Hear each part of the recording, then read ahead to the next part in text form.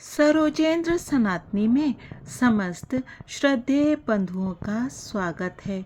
आज से हम प्रारंभ करने जा रहे हैं श्री वाल्मीकि रामायण की कथा। महर्षि वाल्मीकि जी प्रभु श्री राम के समय उपस्थित थे और उन्होंने स्वयं ही ये कथा उस समय जो कुछ घटित हो रहा था उसी के आधार पर रची है। महर्षि वाल्मीकि जी के चरणों में सादर प्रणाम करके और श्री गोस्वामी तुलसीदास जी का स्मरण करते हुए हम इस कथा का प्रारंभ करते हैं। यूँ तो श्रीमद् वाल्मीकि रामायण जी का पाठन चैत्र माघ अथवा कार्तिक शुक्ल में करना बहुत ही अच्छा होता है, किंतु हम आज से इस पाठ का प्रारंभ करेंगे। श्री सीता राम चंद्राभ्याम नमः। श्रीमद् वाल्मीकि रामायण महात्म्य पहला अध्याय। इस अध्याय में हम श्रवण करेंगे कलयुग की स्थिति, कलिकाल के मनुष्यों के उद्धार का उपाय, श्री रामायण पाठ, उसकी महिमा, उसके श्रवण के लिए उत्तम काल आदि का वर्णन। जय सिया राम जी की। श्री रामचंद्र जी समस्त संसार को शरण देने वाले हैं। श्री राम के बिना दूसरी कौन सी गति है। श्री राम कलयुग के समस्त दोषों को नष्ट कर देते हैं। अतः श्री रामचंद्र जी को नमस्कार करना चाहिए। श्री राम से काल रूपी भयंकर सर्प भी डरता है। जगत का सब कुछ भगवान श्री राम के वश में है। श्री राम में मेरी अखंड भक्ति बनी रहे। हे राम, आप ही मेरे आधार हैं। चित्रकूट में निवास करने वाले भगवती लक्ष्मी श्री सीता जी के आनंद निकेतन और भक्तों को अभय देने वाले परमानंद स्वरूप भगवान श्री रामचंद्र जी को मैं नमस्कार करता हूँ।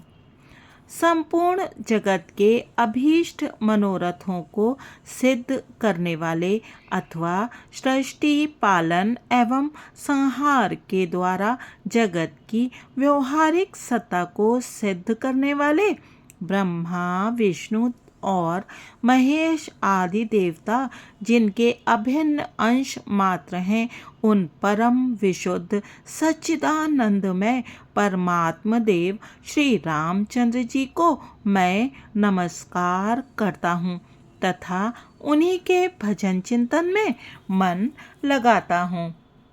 ऋषियों ने कहा, भगवान आप विद्वान हैं, ज्ञानी हैं। हमने जो कुछ पूछा था वह सब आपने हमें भली भांति बताया है। संसार बंधन में बंधे हुए जीवों के दुख बहुत हैं। इस संसार बंधन का उच्छेद करने वाला कौन है। आपने कहा है कि कलयुग में वेदोक्त मार्ग नष्ट हो जाएंगे। अधर्म परायण पुरुषों को प्राप्त होने वाली यातनाओं का भी आपने वर्णन किया है। घोर कलयुग आने पर जब वेदोक्त मार्ग लुप्त हो जाएंगे, उस समय पाखंड फैल जाएगा। यह बात प्रसिद्ध है। प्रायः सभी लोगों ने ऐसी बात कही है। कलयुग के सभी लोग काम वेदना से पीड़ित नाटे शरीर के और लोभी होंगे तथा धर्म और ईश्वर का आश्रय छोड़कर आपस में एक दूसरे पर ही निर्भर रहने वाले होंगे।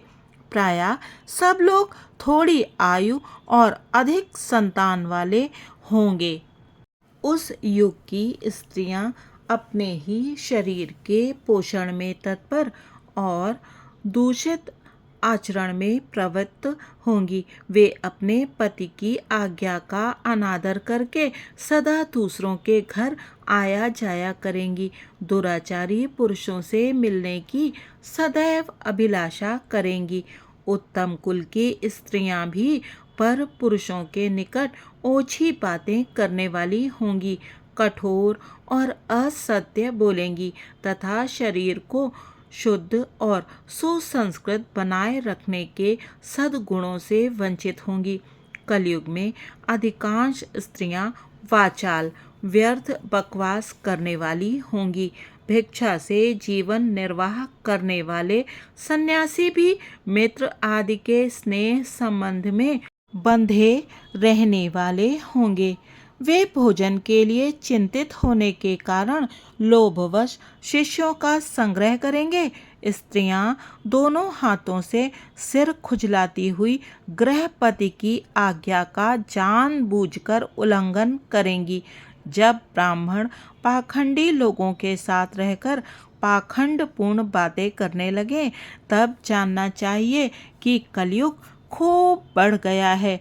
ब्राह्मण इस प्रकार घोर कलयुग आने पर सदा पाप परायण रहने के कारण जिनका अंतःकरण शुद्ध नहीं हो सकेगा, उन लोगों की मुक्ति कैसे होगी। धर्मात्माओं में श्रेष्ठ सर्वज्ञ श्री सूत जी देवाधिदेव देवेश्वर जगत गुरु भगवान श्री रामचंद्र जी जिस प्रकार संतुष्ट हों वह उपाय हमें बताइए। मुनि श्रेष्ठ सूत जी, इन सारी बातों पर आप पूर्ण रूप से प्रकाश डालिए। आपके वचनामृत का पान करने से किसको संतोष नहीं होता है। तब श्री सूत जी ने कहा, मुनिवरों, आप सब लोग सुनिए। आपको जो सुनना अभीष्ट है वह मैं बताता हूँ। महात्मा नारद जी ने सनत कुमार को जिस रामायण नामक महाकाव्य का गान सुनाया था, वह समस्त पापों का नाश और दुष्ट ग्रहों की बाधा का निवारण करने वाला है। वह संपूर्ण वेदार्थों की सम्मति के अनुकूल है। उससे समस्त दुस्वप्नों का नाश हो जाता है। वह धन्यवाद के योग्य तथा भोग और मोक्ष रूप फल प्रदान करने वाला है। उसमें भगवान श्री रामचंद्र जी की लीला कथा का वर्णन है। वह काव्य अपने पाठक और श्रोताओं के लिए समस्त कल्याणमयी सिद्धियों को देने वाला है। धर्म, अर्थ, काम और मोक्ष इन चारों पुरुषार्थों का साधक है। महान फल देने वाला है। यह अपूर्व काव्य पुण्यमय फल प्रदान करने की शक्ति रखता है। आप लोग एकाग्र चित्त होकर इसे श्रवण करें। महान पातकों अथवा संपूर्ण उपपातकों से युक्त मनुष्य भी उस ऋषि प्रणीत दिव्य काव्य का श्रवण करने से शुद्धि अथवा सिद्धि प्राप्त कर लेता है। संपूर्ण जगत के हित साधन में लगे रहने वाले जो मनुष्य सदा रामायण के अनुसार बर्ताव करते हैं, वे ही संपूर्ण शास्त्रों के मर्म को समझने वाले और कृतार्थ हैं। विप्रवरों, रामायण धर्म, अर्थ, काम और मोक्ष का साधन तथा परम अमृत रूप है। अतः सदा भक्ति भाव से उसका श्रवण करना चाहिए। जिस मनुष्य के पूर्व जन्मोपार्जित सारे पाप नष्ट हो जाते हैं, उसी का रामायण के प्रति अधिक प्रेम होता है। यह निश्चित बात है। जो पाप के बंधन में जकड़ा हुआ है, वह रामायण की कथा आरंभ होने पर उसकी अवहेलना करके दूसरी निम्न कोटि की बातों में फंस जाता है।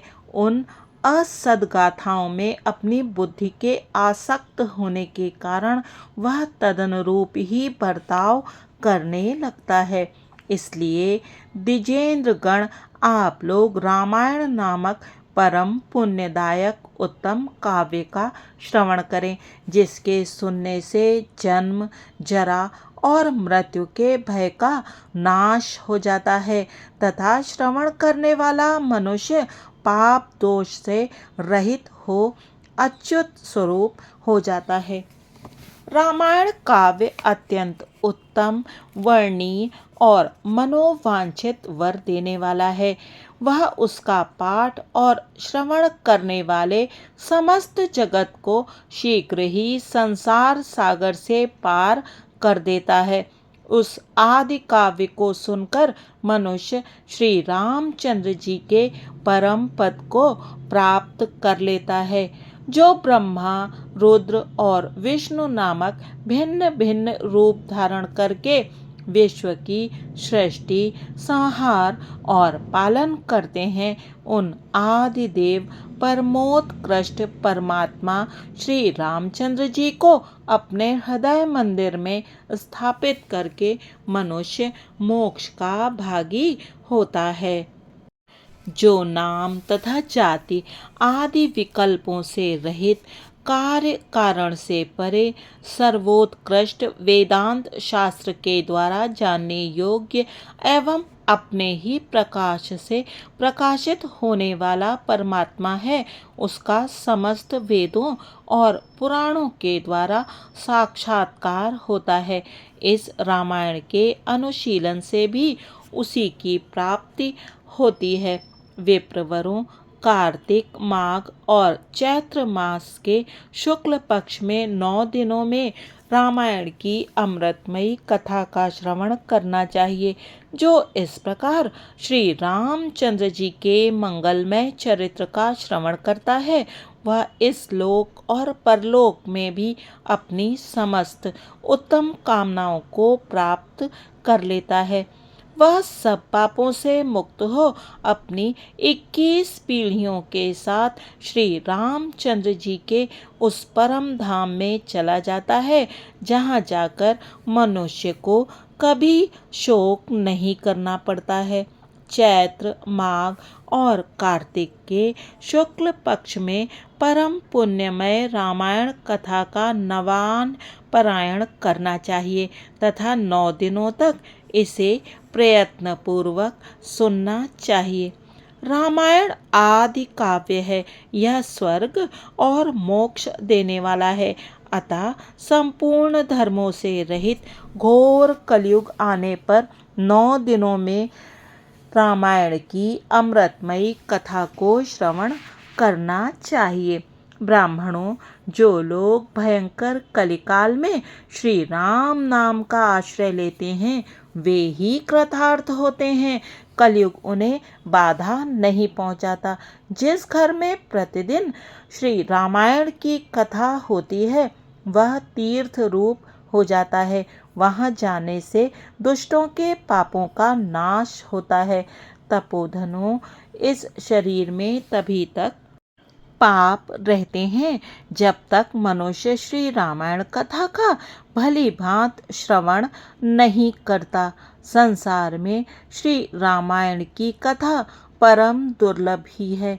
जब करोड़ों जन्मों के पुण्यों का उदय होता है, तभी उसकी प्राप्ति होती है।